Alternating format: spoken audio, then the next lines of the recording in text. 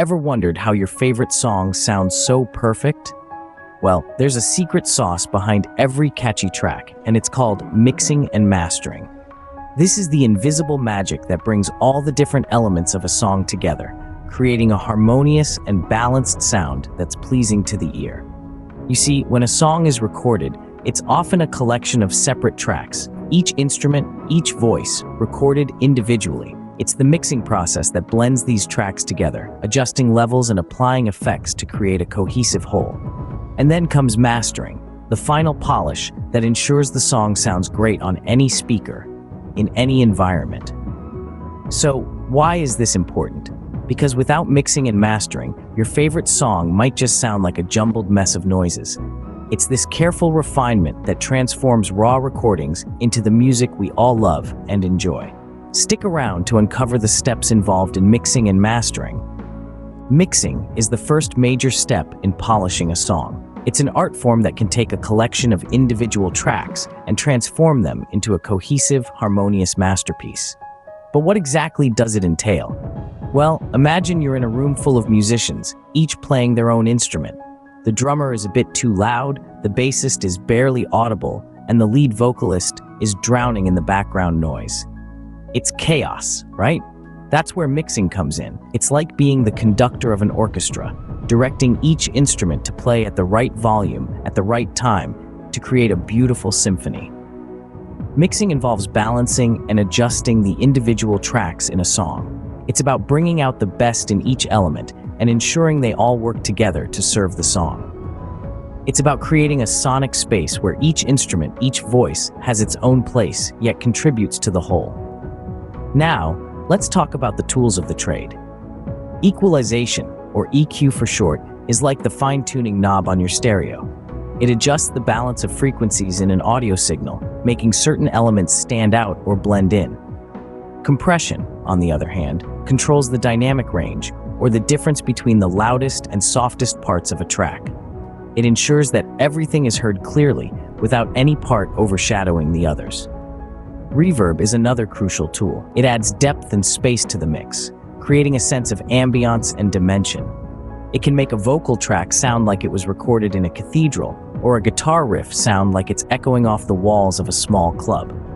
These tools, when used with skill and finesse, can turn a raw recording into a polished, professional-sounding track. It's a process that requires a keen ear, a deep understanding of music, and a lot of patience.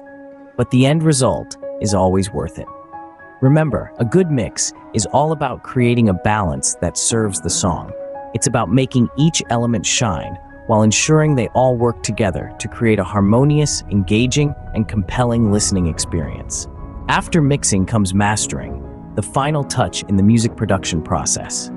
Now, if you've ever wondered what exactly mastering is, you're not alone. It's a term that gets thrown around a lot in the music industry, yet its purpose is often misunderstood. In essence, mastering is the process of enhancing the sound of the mixed audio tracks. It's like the icing on the cake, the cherry on top. It's what takes a good mix and makes it great. It's about ensuring that every element in your mix sounds as good as it possibly can. But how do we achieve this, you might ask? Well, the key tools in the mastering process are limiters, compressors, and equalizers. Limiters are used to control the maximum volume of a track, preventing distortion and ensuring that the sound remains clean and clear. Compressors, on the other hand, are used to balance the dynamic range of a track. They help to smooth out the peaks and valleys in the audio, creating a more consistent sound. Equalizers, or EQs as they're often called, are used to tweak the balance of frequencies in a track. They can help to bring out the bass, tame the treble, or highlight certain elements in the mix.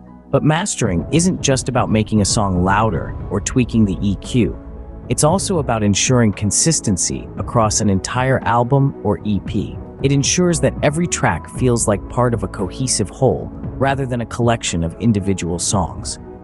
It's about creating a seamless listening experience from start to finish. Moreover, mastering ensures that your song sounds the best it can on all playback devices.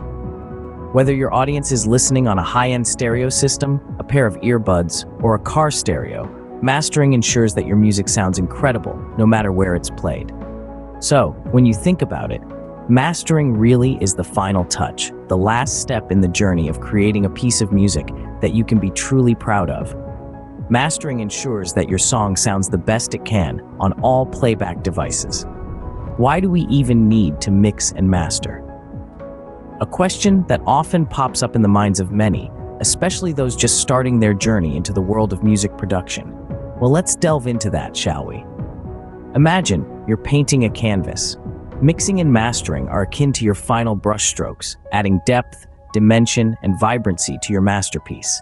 They are the invisible hands that shape the entire audio landscape of a song, providing it with a refined, polished finish. Mixing is where we balance the elements.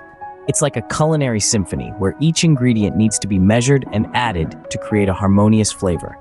It's where the vocals, the bass, the drums, the guitars all come together, each with its own space, volume, and panning.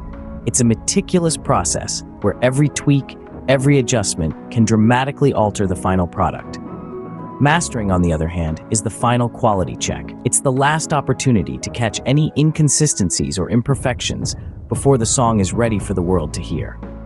It's about ensuring that the song sounds its best on all playback devices, from your high-end headphones to your car stereo. Without these two critical processes, a song could sound muddy, with all its elements clashing together in a chaotic mess. Or it could sound thin, lacking the richness and fullness that we associate with professionally produced music. It could be too quiet or too loud, distorting on certain systems or disappearing into the background on others. In essence, mixing and mastering are the gatekeepers of quality in music production. They ensure that the song's sonic identity is maintained, that its emotional impact is maximized, and that it is ready to stand up to the scrutiny of the listener's ear. So, to answer our initial question, we mix and master to bring out the best in our music. We do it to create a listening experience that is engaging, immersive, and above all, enjoyable. And that, dear friends, is why mixing and mastering are not just important, but absolutely essential in music production. Without proper mixing and mastering, a song would sound raw and unfinished. Think you can mix and master your own music? Let's dive into the world of DIY mixing and mastering. It's a challenging task, no doubt about it. Mixing requires a keen ear and an understanding of how different elements of a song work together. Mastering, on the other hand, calls for a deep appreciation of music as a whole and how each track contributes to the overall sound. Now, doing it yourself has its fair share of challenges. You're the artist, the engineer, and the producer. It's like being a chef who's also the food critic. It's a tough job, but it's not impossible. In fact, it can be incredibly rewarding. You have complete control over your music, from the first note to the last. You can shape your sound exactly how you want it. And nothing beats the satisfaction of creating a piece of music that's truly your own. So, how can you get started?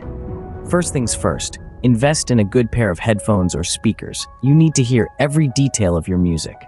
Next, learn about your tools. Familiarize yourself with EQ, compression, reverb, and other audio processing techniques. There are countless resources online that can help you understand these concepts. Practice is key. Start with a simple project, maybe a cover of your favorite song. Experiment with different settings and see how they affect the sound. Don't be afraid to make mistakes. That's how you learn. And remember, mixing and mastering is an art. It's subjective. What sounds good to you might not sound good to someone else, and that's okay. Lastly, be patient. It takes time to develop your skills. Don't rush the process. Take breaks when you need them. Listen to your music with fresh ears. And most importantly, have fun. You're creating something beautiful. With practice and patience, you can learn to mix and master your own music. Mixing and mastering are integral parts of music production. They're the invisible threads that weave together the fabric of every song we love. Let's take a moment to reflect on what we've learned. Mixing is an art form. It's the process of adjusting and combining individual tracks to create a well-balanced, harmonious soundscape. Each element, each note, each beat is carefully curated to ensure the best possible listening experience.